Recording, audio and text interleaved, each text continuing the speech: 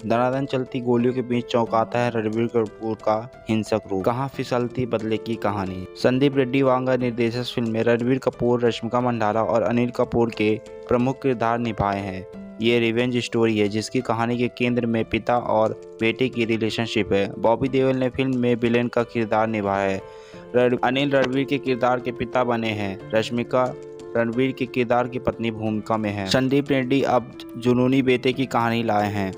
Larger than life वाली इस प्रति आधारित। चलिए आते हैं सबसे पहले कहानी पे बात करते हैं। दिल्ली में बसे स्टील व्यवसाय बलदेव सिंह, जिसके मेन लीड है अनिल कपूर, काम में बेहद व्यस्त रहते हैं। उनका बेटा रविजय, जिसके मेन लीड है रणबीर कपूर, पिता को अपना हीरो मानता है। उसे लगता है कि पिता के बाद घरेलू जिम्मेदारियों का भार उस पर है। बड़ी बहन रीता, जिसके मेन लीड है सलोत्री भात्रा, की कॉलेज रैंकिंग में होने पर वह कॉलेज में बंदूक लेकर पहुंच जाता है। इस घटना से नाराज पिता उसे बोर्डिंग स्कूल भेज देता है। लौटने पर अपने स्कूल की सहपाठी गीतांजलि, जिसके मेन लीड है रश्मिका मंडाना, के साथ नाटकीय घटनाक्रम में शादी कर लेता है। गीतांजलि और रणबीर कपूर की छोटी बहन रूपी अंशु चौहान, जिसकी मेन लीड है, आपस में दोस्त होती हैं। रणबीर कपूर की अपने जीजा वरुण से नहीं बनती। देश के सबसे अमीर व्यवसायी बलवीर को गोली लगने की खबर मीडिया में सुर्खियों में आती है। बस यहाँ पर कोई पुलिस नहीं आती, ना ही कोई तफ्तीश होती है। घटना की जानकारी होने पर 8 साल बाद रणजी अपनी पत्नी और 2 बच्चों के साथ घर लौटता है। वह पिता के हमलावरों की खोज में लगता है। अपने साथ गांव में रह रहे हैं अपने चचेरे भाइयों को भी अपने साथ जोड़ लेता है। पिता के दुश्मन को मारने के दौरान उसे 6 गोली लगती हैं। वह बच जाता है, लेकिन उसके सुनने की क्षमता चली जाती है। इसके बाद वह कहानी में ट्विस्ट आता है। फिल्म एनिमल मूल रूप से हिंसा प्रधान फिल्म है। इन फिल्मों को अपना ढांचा होता है, इसके मुताबिक ही चलती है। यहाँ पर पिता के साथ समय बिताने की पुत्र की बचपन से अधूरी चाहत है। मूल वासन शुरुआत पिता पुत्र की कहानी से होती है। रिवेंज ड्रामा में परिवर्तन हो जाता है।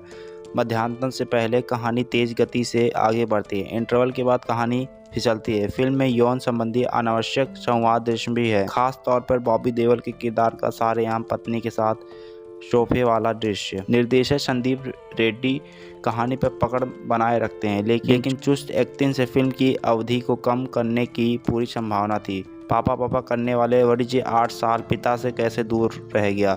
उस दौरान उसे पिता की कमी कैसे नहीं खली। हिंदी फिल्में खास ढर्रे पर चलती हैं। यहाँ पर अब कौन कहाँ से आता है पता नहीं चलता। बलबीर के दुश्मनों को पक्ष बेहद कमजोर है। इतने सालों बाद बलबीर को मारने पर उन्होंने क्यों सोचा। दादा और पोती पोतियों के बीच लगाव का कोई रेस्ट नहीं है। कहानी बीच बीच में बिखरी लगती है। फिल्म में सिर से बालों से लेकर उपंग तक बालों पर वाणिज्य और आबार यानी कि बॉबी देओल के बीच में फाइट सीन रोमांचक है। फाइट के आखिर में रक्त रचित दृश्य कुछ लोगों को विचलित कर सकते हैं। फिल्म का दामोदर रणबीर कपूर के कंधों पर है। निसंदेह रणबीर बेजोड़ अभिनेता है। यहाँ पर पिता के प्रति जुनूनी बेटे की भूमिका में वे ढचे हैं। उन्होंने वाणिज्य की मानसिकता, जुनून और जज्बे को पूरी शिद्दत से आत्मसात किया है। खलनायक की भूमिका में बॉबी देओल जचते हैं। उनके किरदार के साथ उनके पारिवारिक मसलों का भी थोड़ा विस्तार देने की आवश्यकता थी। रश्मिका मंडाना के हिस्से में 1-2 भावुक दृश्य पति पत्नी की तकरार और चुंबन से दृश्य हैं। अनिल कपूर अपने किरदार के साथ न्याय करते हैं। एक दृश्य में वरिजी का पापा बनता है और बलबीर का बेटा बनना प्रभावी है। ये उन पिताओं का झकझोर काम के व्यवसाय चलते अपने बच्चों को वक्त नहीं देते। तो दोस्तों मेरा रिव्यू यही है। आप अपना रिव्यू जरूर दीजिएगा गाइस। अगर आप चैनल पर नए हैं तो सब्सक्राइब कर लीजिएगा गाइस, क्योंकि गाइस मेरा ये नया चैनल है, पुराना चैनल मेरा टर्मिनेट हो गया guys. Thank you guys, bye bye, see you again guys.